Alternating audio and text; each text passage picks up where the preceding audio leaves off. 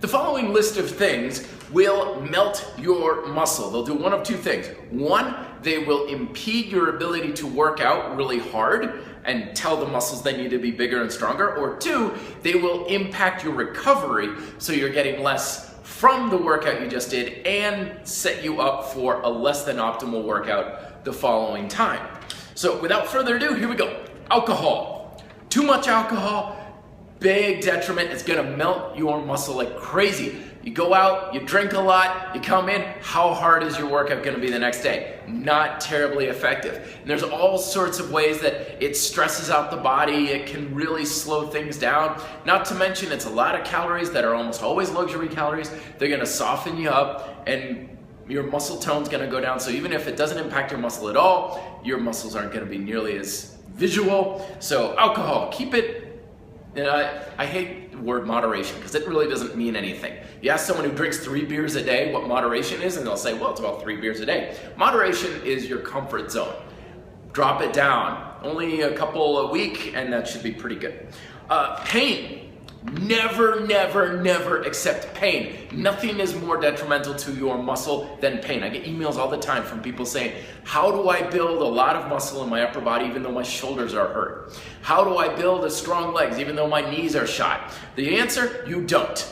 It's that simple. There is no decent workaround. There is no way that you can get the same results. Never accept pain. I know in some cases, we have our limitations. Some people here have spinal infusions and it's like, well, it's a limitation. It's gonna be a limitation for the rest of your life. And yes, you can still build muscle to some degree, but it's always going to limit how much muscle you can build. So if you have any kind of pain, find out what it is and get it fixed. Pain is never weakness leaving the body, it's weakness infecting it, and weakness causes your muscles to shrink right away. Lack of a plan. Don't wing it. Don't wing your workouts, don't wing your nutrition, don't wing anything. Have a plan. It doesn't even matter if it's a good plan. A plan at all. Don't be one of these guys who goes into the gym and they're like, all right, now that I'm here, I better figure out what to do. Know what you're doing long before you step foot into your workout. Have a basic plan and then progress the plan. Okay? Don't change the plan. Never change the plan.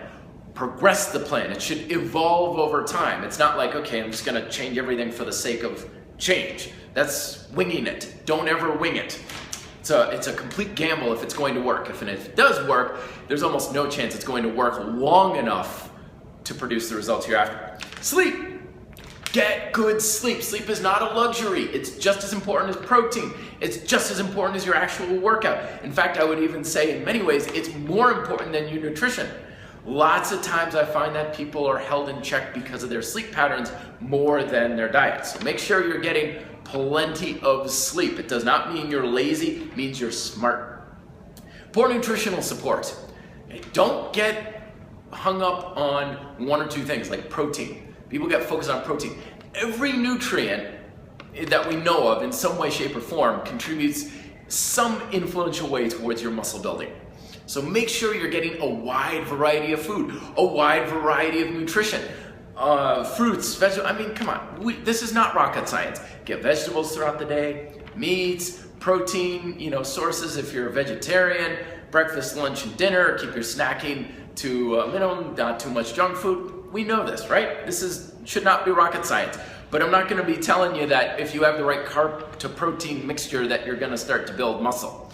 Keep it basic and simple and you'll be pretty covered. And then finally, poor negative self-image. Your body changes in response to what's going on up here. Essentially what's happening is your brain says, I'm picturing the body in a certain way, a certain shape, and it's capable of doing certain things. So when you exercise, your brain is making demands on your body saying, I think you should be able to do this, and I think you should be able to do that. And the body is catching up to the, basically the demands of the brain.